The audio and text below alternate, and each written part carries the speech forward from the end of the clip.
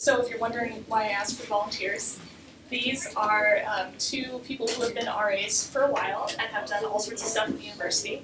And so they are our RA panel for the day. And so I'm going to ask you some questions and have you introduce yourselves and whatnot. But yeah, so they are exemplary RAs and students, which is why I've invited them up here. Yes, because I know they're very humble and they won't say nice things about themselves, so I'll do it for them.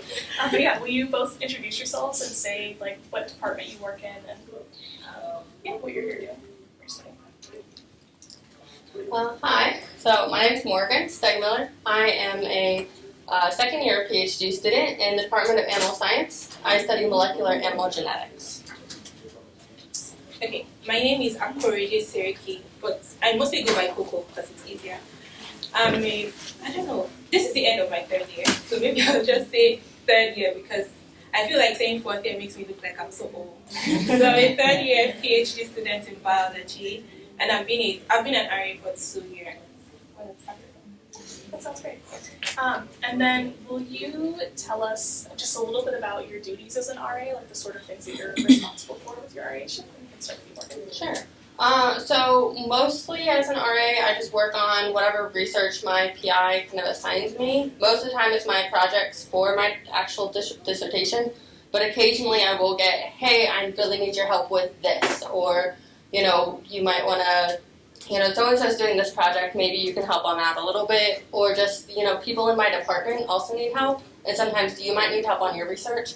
One of my lab mates, she needed to go and collect a bunch of samples, and so it would have taken her a long, long time, and it's actually impossible for her to collect them by herself, so sometimes we'll go and help with that and things like that.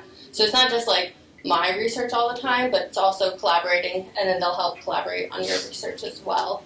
And I know sometimes you might be an RA, but at least in my department for animal science, we are still required to TA once a semester, so like I'll TA this spring. And so that might be something that's required of you. You might have to find out from each department might be different. Yeah, so my responsibilities as an RA is kind of the same as what Morgan mentioned. But in my case, I think for my lab, my advisor likes you to just focus specifically on your own project.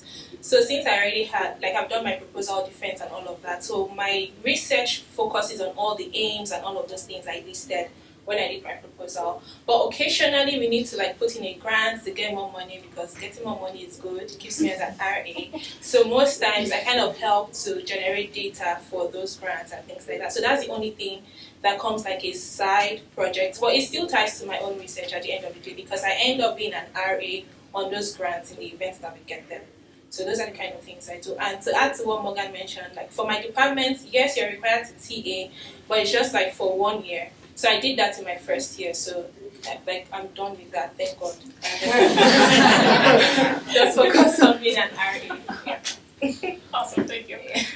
So my last question for you guys before we open it up to the students, will you tell me maybe one or a few things that were maybe a little bit difficult about your RA-ship, something that you maybe struggled with a little bit, and then a few things that you really enjoyed or highlights of the RA-ship. So yeah, we're going to start with you. So a couple things I struggled with, especially early on, was just getting into the swing of things. And maybe some of you guys have been here all semester or all summer, and you guys kind of figured that out. But for those of you who haven't, it was really hard sometimes going from into my undergrad doing this class, and kind of having that change to instead being 8 hours working on the same project, maybe working on the same data, maybe writing all day or reading all day. And it kind of wore me down. It took me a while to get into it. And that's perfectly normal when it takes you a while. If you are able to change throughout the day until you get used to it, that helps a lot. Another thing that was really hard is sometimes it just doesn't work. And you may hate hearing that and everything, but sometimes it is I can knock this out today, but then it doesn't get knocked out. Maybe it takes a week. Maybe longer, and that's okay. It's okay to have those struggles, and it as you're going through them, it's this is the worst, this is the end, but it's really not. And just talking to your PI, sometimes they can change that. I know, like, I wanted to be really independent and never wanted to ask her any questions because I wanted to do it all perfectly. But sometimes that's just not how it works. And you do, like, they are your PI for a reason. They know their stuff. So they might know a way around it or anything like that. But if you get stuck in that rut, it's okay. A lot of people go through it. And then the third thing that I'm actually really struggling with right now is that, you know, other people may be looking like they're making more progress than you, or, you know, are ahead of you, or maybe somebody's like, oh, my research is so easy, and you're like, wow, I'm barely struggling, you know, I'm struggling to get through it. And, you know, other people are like, oh, yes, this worked perfectly the first time, and I didn't have any problems. And, like, it sucks to hear that when you're, like, struggling and somebody else is going through it really easily. But remember, not everybody has your same project, right? Like, maybe it's just a different project. Maybe they came into it a little bit differently. Maybe the project's just set up a little bit better, and they, you know, you don't have control over that. Maybe sometimes it just works out that way. I know I've been struggling with it. Somebody comes along, like my PI will come along, do the same thing I was doing, and she'll just have it, you know, working a little bit better, and it works. Sometimes it works like that. And it's really hard to be like, oh, but they're doing it, you know, they have it so easy. But, like, we all have different life situations. We all have different projects. We all are at different stages of life. So it's really hard, but don't be tempted to compare yourself to another person in your department or another person in your lab group, because we're not all the same. And, like, even though you want to and you want to be there and you want to be doing what they're doing or as far along as them or whatever it is, or maybe I want to have as many papers as they do. But especially, like, coming in, don't be like, oh, I just want to have us all right now, because it's not going to work that way. You do kind of have to build up to it. So those are kind of some of the things that I've struggled with. Thank you. And then Kobo. Yeah, so for me, the things I've struggled with, I think first of all, being an RA, I feel like there's no structure, for lack of a better word. So you know how when you take classes, you have a syllabus and you know that, oh, we're doing this topic this week, that topic next week. But as an RA, you really don't have that. So sometimes it's like she said, you try an experiment today, you go into the lab and I'm like, oh, I'm just going to do 3 hours. And I'm there the whole day. Like, I didn't plan to be there the whole day. But there's nothing that really prepares you for, you know, you just get in there and there's a lot of troubleshooting and all of that. So there's really you can't really determine that, oh, this, especially if it's something you're doing for the first time, or if a technique you're trying to learn, or a protocol you're trying to develop and things like that. It might take you longer than you would expect. And it's kind of like, oh, there's no, like, how do I know it's going to take me 10 weeks or 2 weeks? Sometimes you really don't know. It's just trial and error. And that can be very frustrating sometimes, especially when you're putting in your best and doing all that you can. And I think secondly, for me, it can also feel like a lonely journey. And what I mean is, sometimes if you're working on a project that is unique to you, maybe you're just the only one in your lab working on it, you might not really be able, like, you have to, go out of your way to ask for help. So for instance, I started working on a machine that, every other person that has worked on it in my lab had left. So the people there presently do not know how to work on it, like how to use it basically. So I had to go in there. I know the first time I just did crap because I didn't know what I was doing. So it's just all part of the learning process. But sometimes it's very annoying because it's like, you have to look for who to ask, and it's just you, Even when you go home and tell your friend, they can only tell you, oh, sorry, you'll be fine, but you go back the next day, and the problem is waiting for you. So, those are the kind of challenges I face, because, this is all you're supposed to do. You're supposed to do research. You have nothing else distracting you. And also because I don't want to always come up with excuses. You're paid to do this, so you should focus on this and give it your time and everything. So I also feel this kind of pressure if I'm not delivering as I think I should, because I'm like, this is my job. I don't have any other thing distracting me from this. So I should be able to give it my time and have products. But sometimes it just feels like you're working, and you're not seeing the results, or your work and the output doesn't match. So you're putting in so much work and the results doesn't match what you're seeing. So all of those things can actually be very emotionally and mentally draining sometimes. Thank you. So then Morgan, back to you. Yeah, some good things. I know, we're only right here, but there are some really good things about being an RA. Personally, some of the things I've really enjoyed is just, even though I'm a shy person, is getting to go to conferences, because you get to meet people that you don't normally interact with. You get to go to hopefully some really cool places. So even with COVID coming, so I started 2019, so 2020 was my first spring. And then COVID hit. So even with COVID, I've gotten to go to 3 in-person conferences and 3 conferences online. So there is a lot of opportunity to meet new people and kind of, get out of your comfort zone a little bit if you are shy like me. If you're not and you're super social, then conferences are definitely the right place. But you get to just share your research so much, and you get to listen to other people's ideas and, meet other people, and it's a great way if you're a master's student, maybe looking for a PhD to kind of figure out what's out there, or PhD looking for a postdoc, same thing. I've also really gotten to enjoy the research. I know we talked about how hard it can be sometimes, but when it does work, or when you are able to be like, oh, this is like what I was hoping for, these are the results I want, or oh my gosh, there's my first publication. Like, my parents were so excited. My mom, who knows nothing about what I do, she went on and she's like, I found your publication. Or she's like, oh, I can see your, research title for your conference. And so, getting that out there, it can be really exciting. It can kind of make up for that, oh my gosh, what am I doing here? Why is this not working? So hopefully you all will enjoy your research, because even though sometimes it can be frustrating, it is, and it should still be, okay, yay, I get to work on this project, I get to do whatever this really cool thing is, and so it keeps you coming back. Yeah, and for me, I think one good thing I like about being an RA is that it gives you flexibility, and I think that depends on your lab and your PI.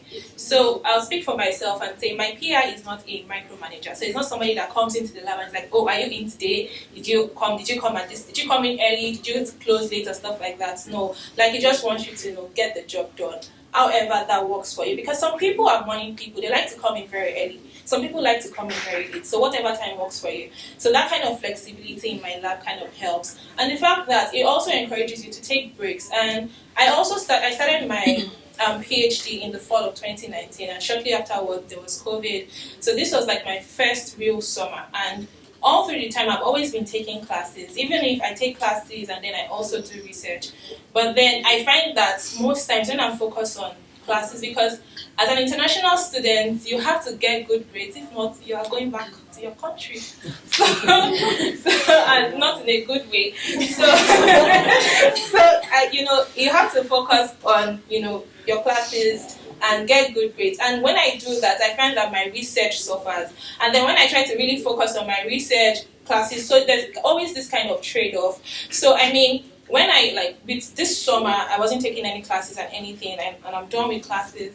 Thank God. So this summer was my first summer where I got to just do research, and I was able to take breaks in between, and I did a lot of fun stuff. I went skydiving. I did a lot of nice, So I took breaks, did a lot of and that's because of the environment in which I was working. My PI actually encourages things like that, and it doesn't have a problem with you doing that. So it just makes you there's always this balance. Yes, you might be in the lab all the time, but then you can also take off time for yourself and just have fun and stuff. And then, also going for conferences as well. I think I've gone for 2, and it also depends on the kind of conferences too. So I've had two conferences that have been very different. For one, it was in a very nice location. It was in Washington, D.C. I got to see a lot of nice places. And because it was a very big conference, you don't have to attend all the sessions and things like that. You can share your science and things like that. But then another conference was so intense. We are listening to presentations from 7:30 a.m. till 9:30 p.m. every day. But it's good. That's what you're here for. But you also, but generally speaking, my point is you get to go to conferences to talk about the research that you do, and also meet people that are interested in the same things that you're interested in. Because when I started, I work on a bacteria that uses single carbon compounds, and I hardly hear anybody talk about stuff like that, But then there are conferences specifically designed for people that work on things like that, and just seeing how excited they are about their stuff and the kind of things they're doing just makes you feel I belong to a community that are doing things that actually matters, and people are interested in things like that. So it just makes you feel like the amount of time and effort you put in your work is actually worth it, and there are people that are interested in these things as well. So that's another advantage I think I've seen, and I think that's it. Awesome. Can I add one thing to what Coco Please, said? Not to be doom and glooming or anything, but Coco talked about having a lot of freedom and when she's in the lab and when she's not and stuff. My PI is kind of the opposite. They want you to be in the lab from 8 to 5 or so, And so, not that she's like mad at us when we're not there, but it's definitely like when, she comes in to talk to us, or go over something with us, she'd prefer that we be there. And so definitely work with your professor, on those kinds of things. For me, I am a morning person, like Coco said. So instead of being there from 8 to 5, I come in a little bit earlier and leave a little bit earlier, and I work that out with my PI so that she knows. And so if your PI is one of those, or if you don't know yet, just talk to them because they can tell you kind of what they prefer, or talk to your lab mates because they'll tell you what they kind of prefer. And if you, do need something a little bit different, work with them because most of them are going to be understanding about, hey, I, really want to come in early and leave earlier. I need to be here at this time in the evenings for whatever it is. And so they are receptive to that, but just work with them ahead of time because it's better ahead of time than trying to, backtrack once you've already done that or once they've already come to the lab at, 10 a.m. and you're not there and you're like, why aren't they there? So. Awesome. So I'm going to open it up to you all. What questions do you have? How do you get through the literature review without your brain bleeding out your ears?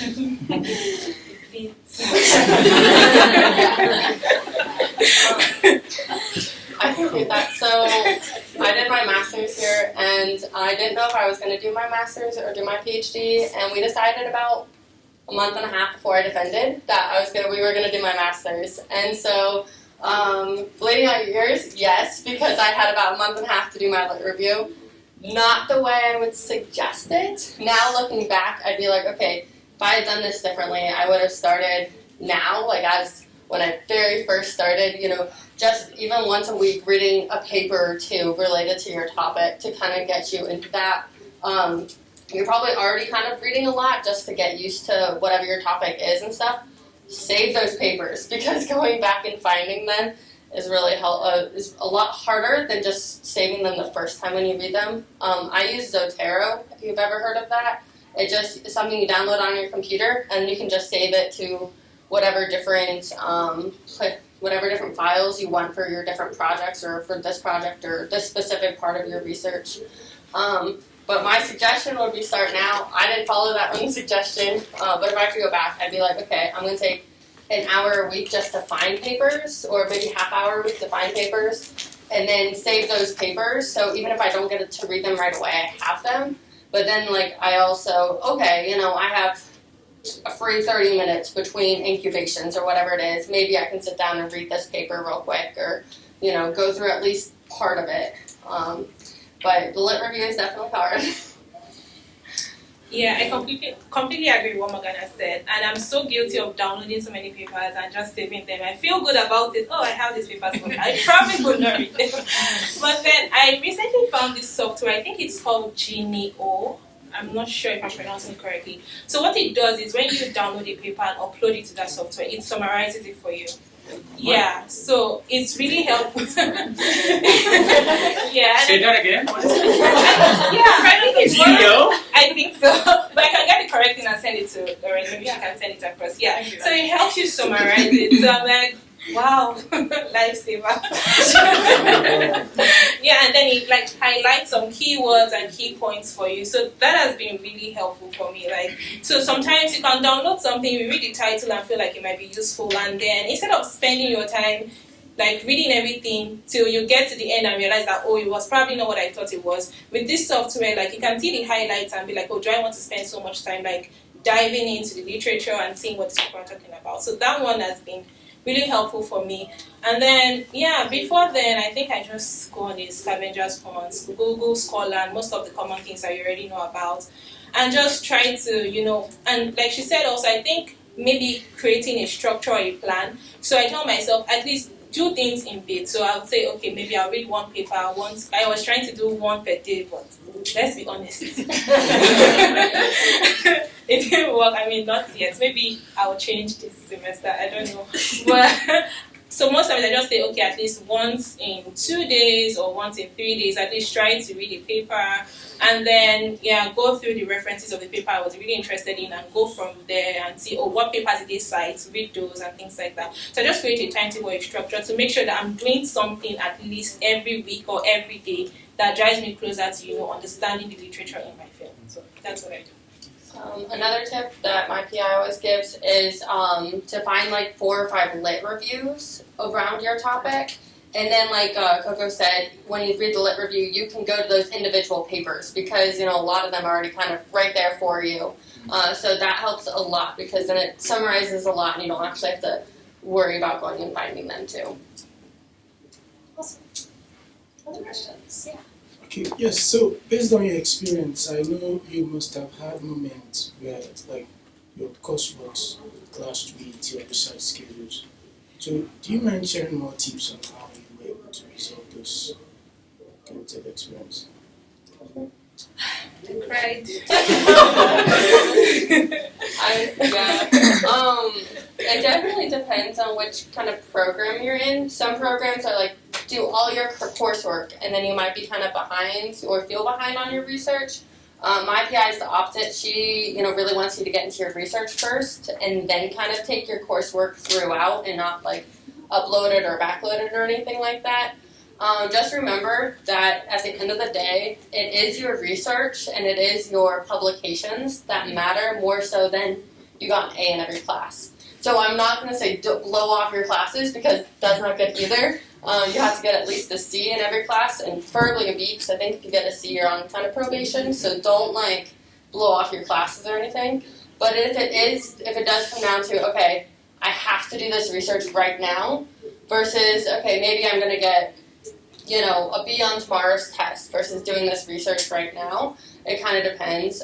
If you can schedule your research around it, that's always preferable. Or if you can work with your professor. I know one of my lab mates, I said she had to go and collect a ton of samples, so she wasn't going to make classes sometimes.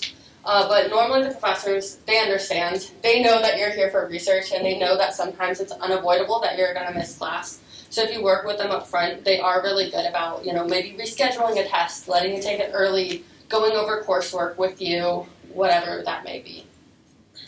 Yeah, so for me, when I started my program, somebody gave me this advice that when you start your PhD or whatever, master's, I don't know, you should try to get done with coursework early so you can focus on research. And I took the advice. I'm not saying you have to decide if it works for you, but I took that advice. So like for my first 3 years, I was also doing research, but I focused so much on, I wanted to meet, and there are also departmental requirements you have to meet as well, like defend your proposal, take your qualifying exams and things like that. So for me, because I didn't come from a microbiology background, that's why I needed to take so many classes to bridge that knowledge gap that I had in microbiology.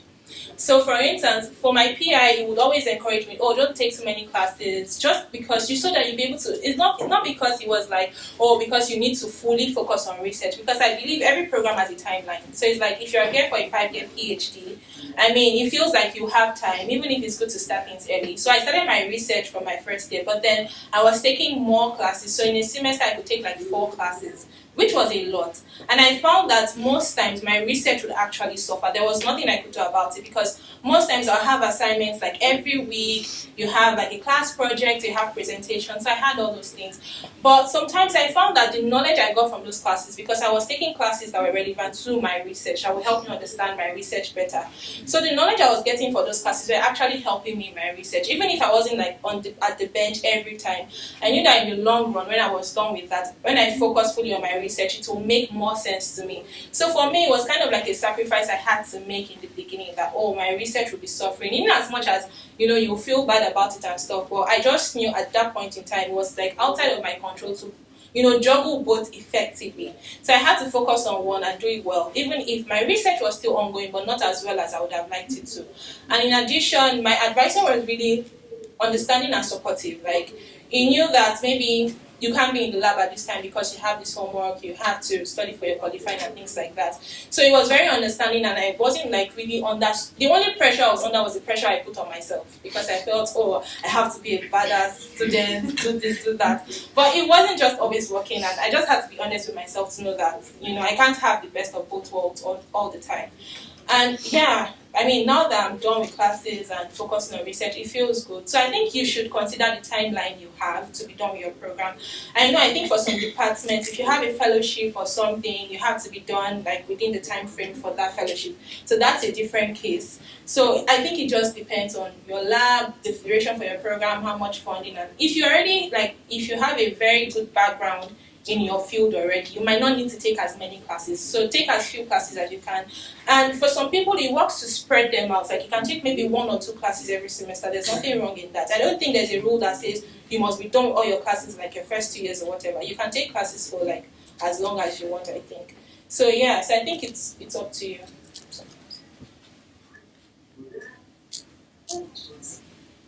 Do you remember? I don't know if you guys transferred any credits from like your undergrad, but if you did, when did you guys do that? Like your first year? If you transferred like classes to be, you know what I mean? Yeah. So I came from a very small university that didn't have a graduate program in what I'm studying, so I didn't have the opportunity to transfer any credits. I had lab mates that were here for both their undergrad and for their master's, and so they did. I would work with the registrar's office to make sure those get transferred sooner rather than later. Just so you know that you have them, and they know that you have them. Your PI knows, so then it can kind of be okay. Because there was one person who I think had to transfer a master's credits over, and I think one of them didn't end up transferring or something like that. So she had to like kind of scramble to take another course. So earlier is better, and then you just know that you have them versus, I think I have these transferring over versus, no, I definitely have them. They're there. You don't have to worry about it. And can I jump in too? So when you put on your study plan, which is something that you should ideally do within your first year, the sooner the better though, when you put your study plan in, there's a way to enter your transfer credits, and that's how the registrar's office actually considers them. And so there's all this information on our website, the College of Graduate Studies website, about entering transfer credits on your study plan. But when you get to that point, let us know if you have any questions. And yeah, the sooner you get your study plan in with all of your transfer credits listed out, the sooner you know, like Morgan was saying, if they are actually going to count and how that works. And there's all these requirements about like this many at this level of this many years ago and all that fun stuff. It's on our website. Thank you.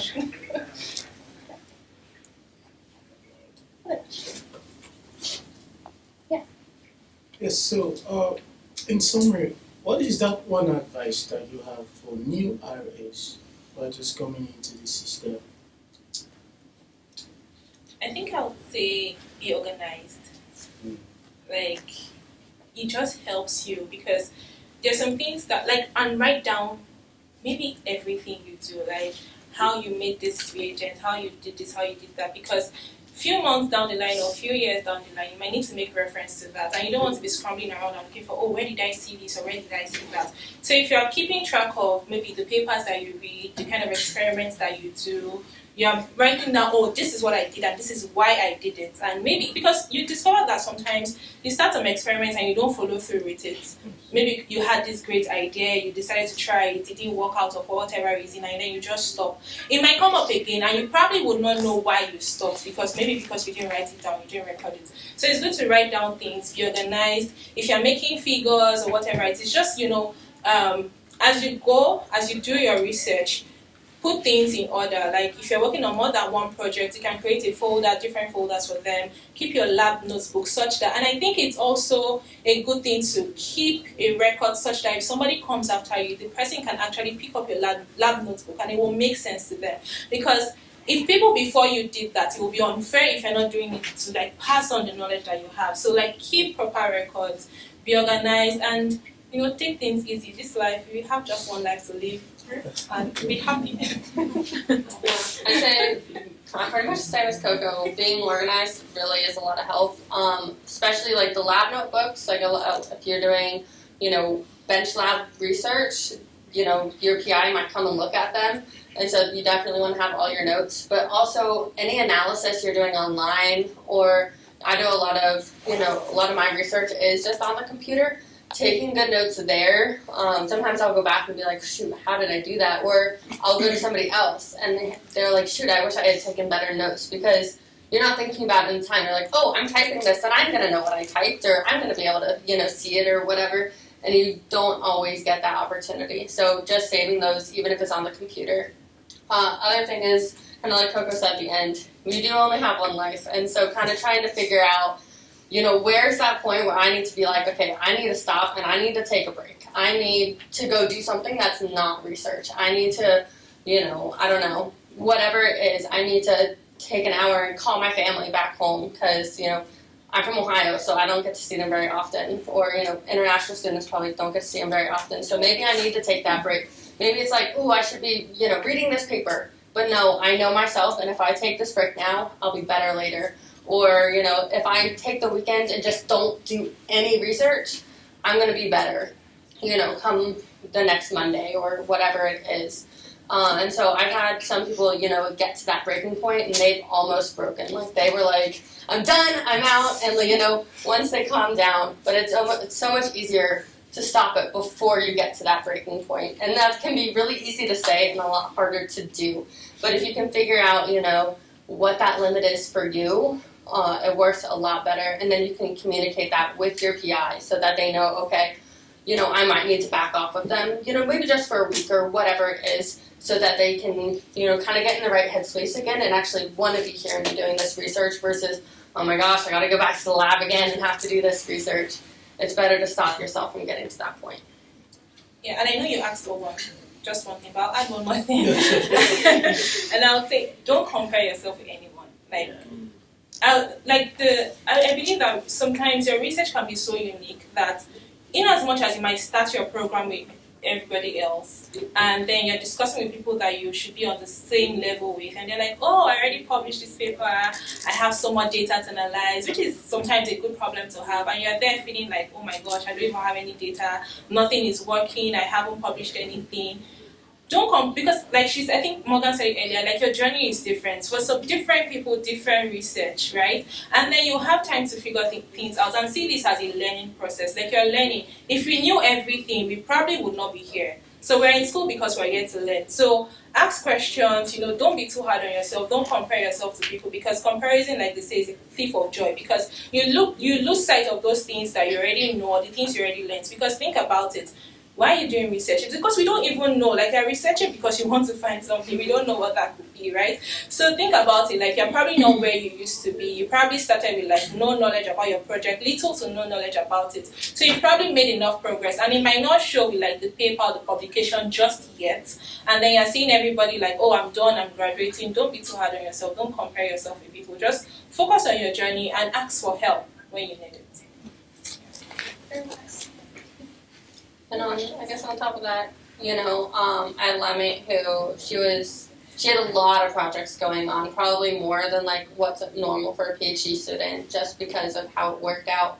And so she was really pushing to get it done, and she was really hard on herself, and she did reach kind of that breaking point I mentioned, just because she saw other people, graduating and finishing up, and she hadn't yet, even though she had been here longer or whatever, and she was kind of doing that comparison thing, which is so easy to do. I know I struggle with it too.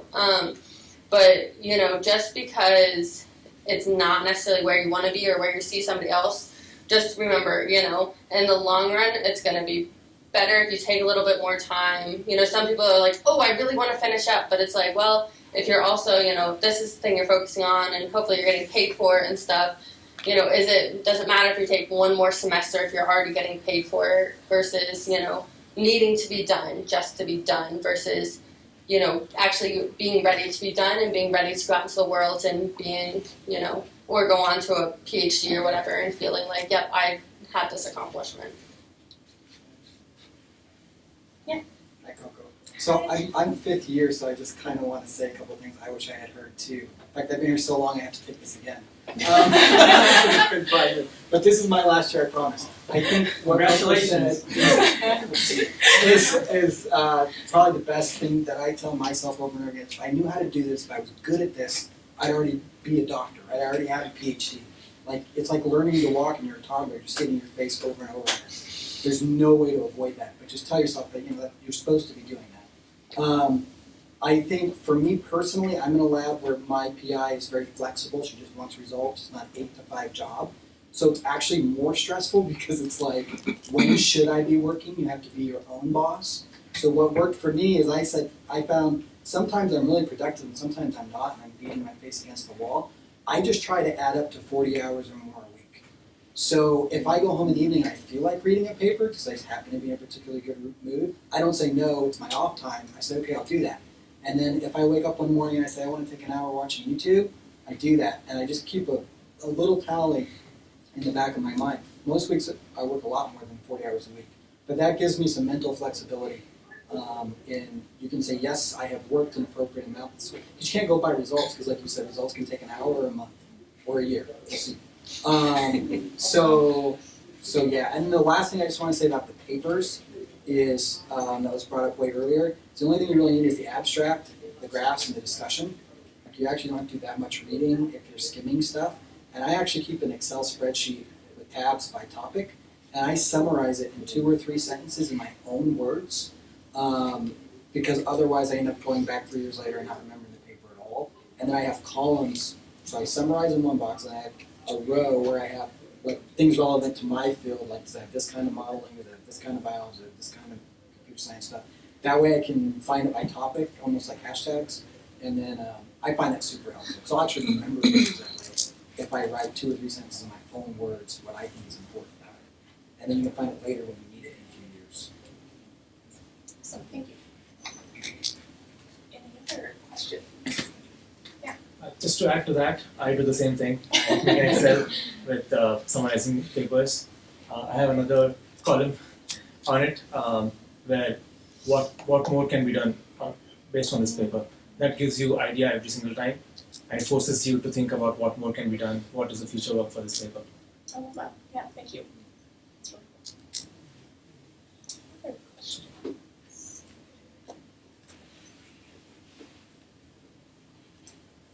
Well, if we don't have any more questions, I have a thought, and that thought is that I can give you the last presentation in here, so we can just leave, and we don't have to go back to the other room and wait until 4. I'm seeing a lot of nodding. I Yes, I expected do. that. Okay.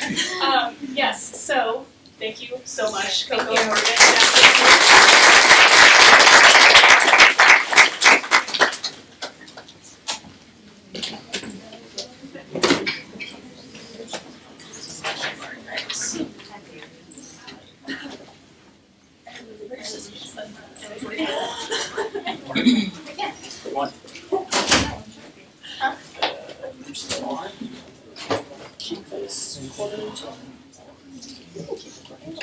Whatever works for you.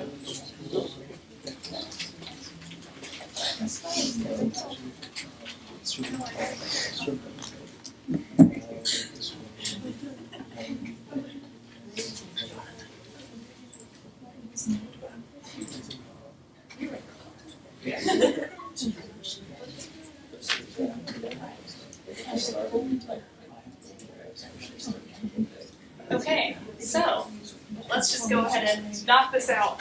Hello, my name is Lauren. I work for the College of Graduate Studies. I'm the Director of Graduate Student Support Programming, which basically means that I develop a bunch of different programs for grad students, and I'm also a really good resource for just different offices and programming on campus too. And so chances are, if you want support in some area, we probably have it on campus, because you're probably not the first person who's wanted support in that area.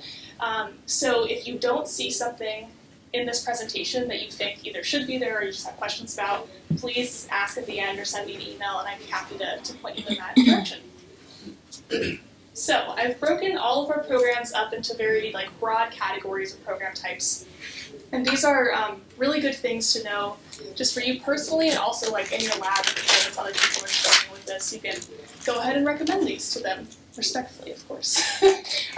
So the first group that I want to talk about is writing support programs. So we're developing this new program this semester called the Graduate Student Writing Symposium. And so this is basically just a fancy name for a bunch of programs where we talk about the writing process and how to make it easier and more effective. And so we'll cover these topics during the symposium. We are partnering with the Counseling and Testing Center, the Writing Center, and then a couple professors on campus to offer these programs. So experts in this field will be the ones presenting. We're going to talk about everything from managing stress while you're writing to long-term planning. to working with your co-authors and collaborating. And then we also have a writing program on prestigious fellowship workshops. And this is something that we're only going to offer one program on this semester, and then we have like a whole series of them next semester. And so this is particularly great if you are interested in applying for like federal fellowships like the GRFP or something like that. And the next category is mental health support programs. And so we have this monthly mental health webinar series, which is facilitated by different counselors at the Counseling Testing Center.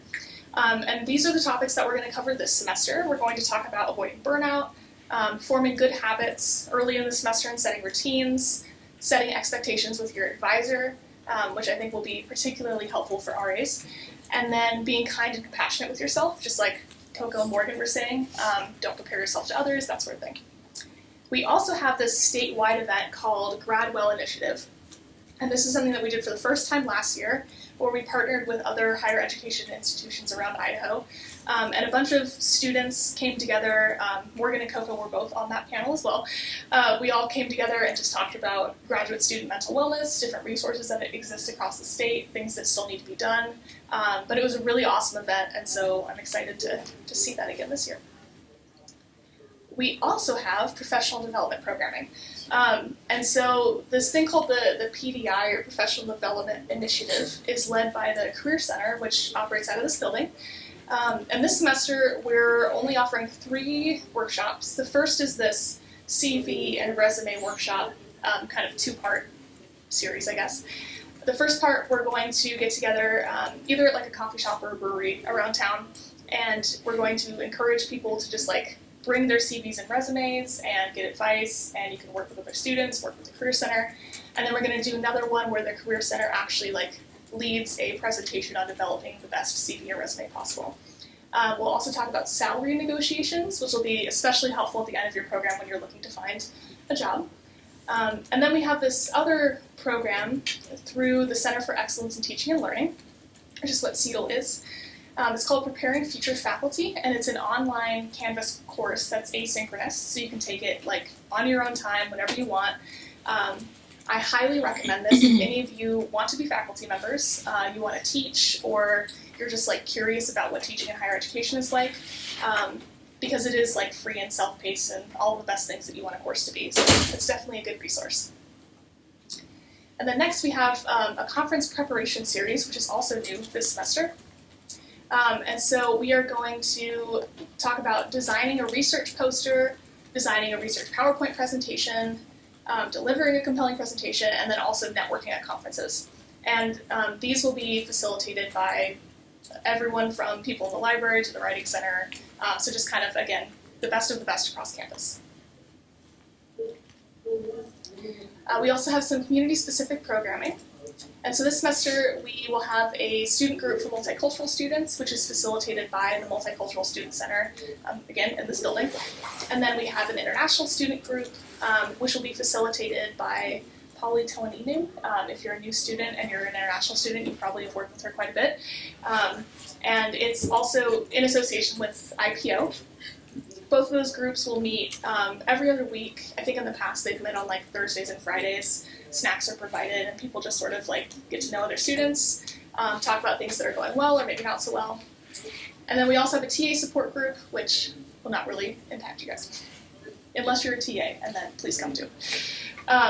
We have a graduate student how-to programming series, and so we talk about all sorts of things related to like the administrative support side of being a graduate student. So all of like the forms that you need to fill out, and when should you fill them out, and like how do you fill them out, and all of that really fun stuff that is available to you on the website, but kind of tricky to like navigate on your own. We also talk about how to apply for GPSA awards, which is a really good thing to be aware of as an RA, because we have publication awards, travel awards. Basically, if you apply, there's a really, really, really good chance you'll get it, and then you can have funding to like go to a conference or publish a paper. We also have a series on how to fund your graduate education, which is great for incoming students. We just go over the basics of graduate funding.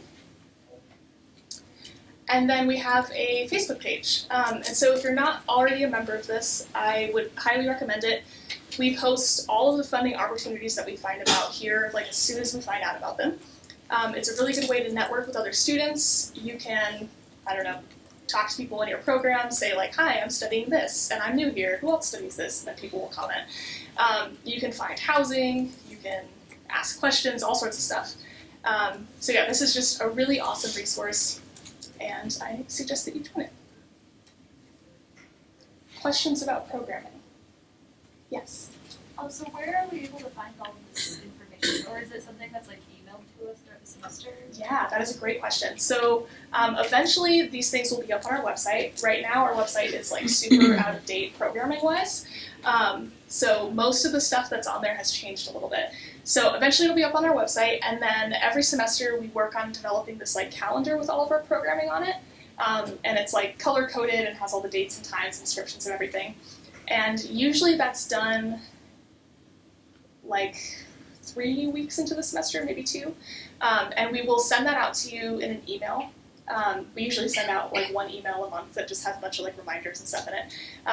So it will either be in that or it will be in its own like special email. But yeah, either way, it will be emailed to you and available online, and we post about it in the Facebook page. Yeah. Awesome. Other questions? Yeah, will the funding opportunities be concurrently posted outside of Facebook as well? Yes, so thank you. That reminds me, we also have a Canvas course that has all of this information in it about all of our programs, all of the funding.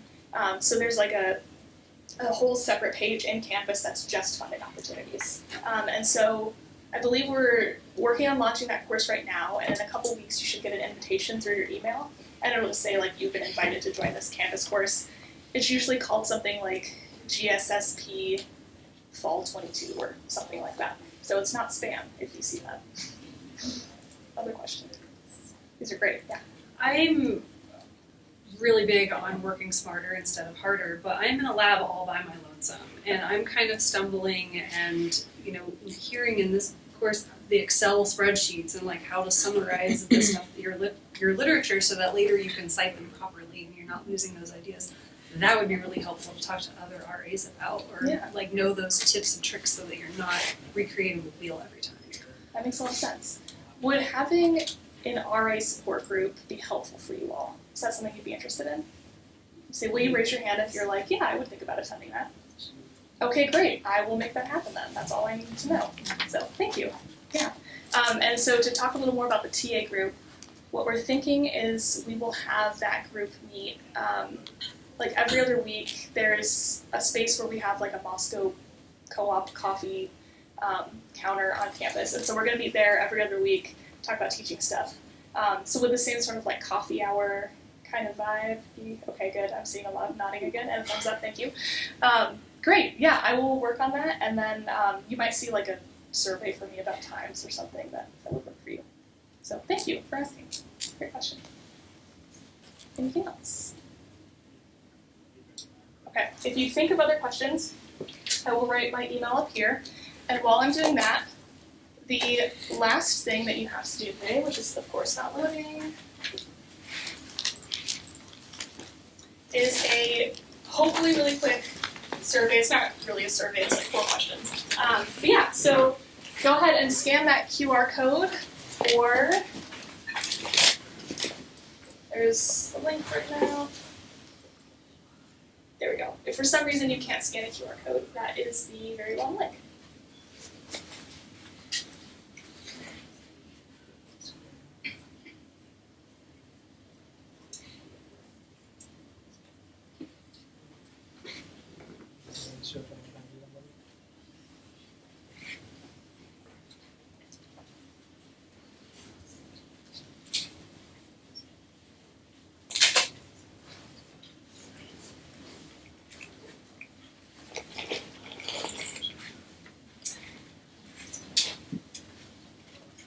So while you all are working on this, I'll just say this is, again, the last thing we're doing today. So once you're done with this, you are welcome to head out.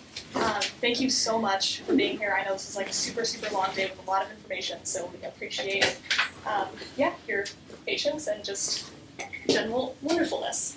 I'm going to run over to the other group and give the same presentation. And yeah, so I will be there if any of you want to talk to me afterwards.